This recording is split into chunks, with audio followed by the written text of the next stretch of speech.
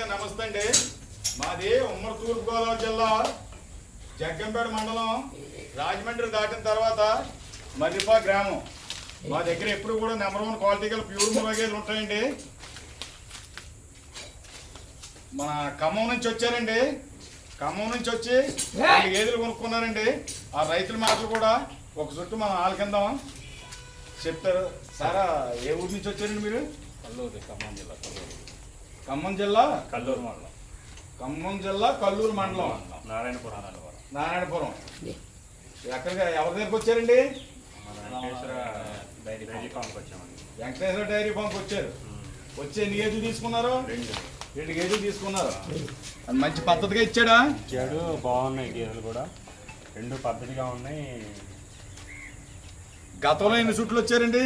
గతంలో 4 చుట్లు వచ్చారు.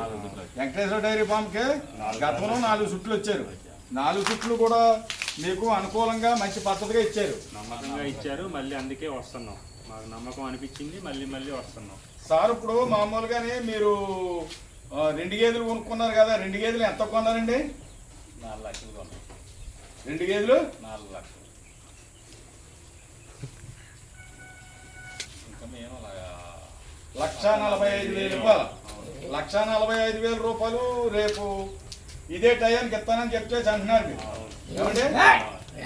వెంకటేశ్వర డైరీ ఫారం వచ్చి మిమ్మల్ని మోసమేం చేయలేదు కదా, అతనితో మీరు అనుభవం చెప్పలేదు కదా. చెప్పకపోయినా మీ గరువు తోలు పెడుతున్నాడా లేదా? మీ గరువు తోలు పెడుతున్నారు కదండి. ఇస్తానని అన్నారు కదా, ఎక్కిస్తున్నారు కదా. అదండి రైతు సోదరులు అందరూ కూడా మామూలుగానే వెంకటేశ్వర డైరీ ఫామ్కి వచ్చారండి. 2 గేదెలు తీసుకున్నారండి. 2 గేదెలు తీసుకుని కొన్ని డబ్బులు ఇచ్చారండి. 2 గేదెలు ఇప్పుడు ఎక్కిచ్చేస్తున్నానండి.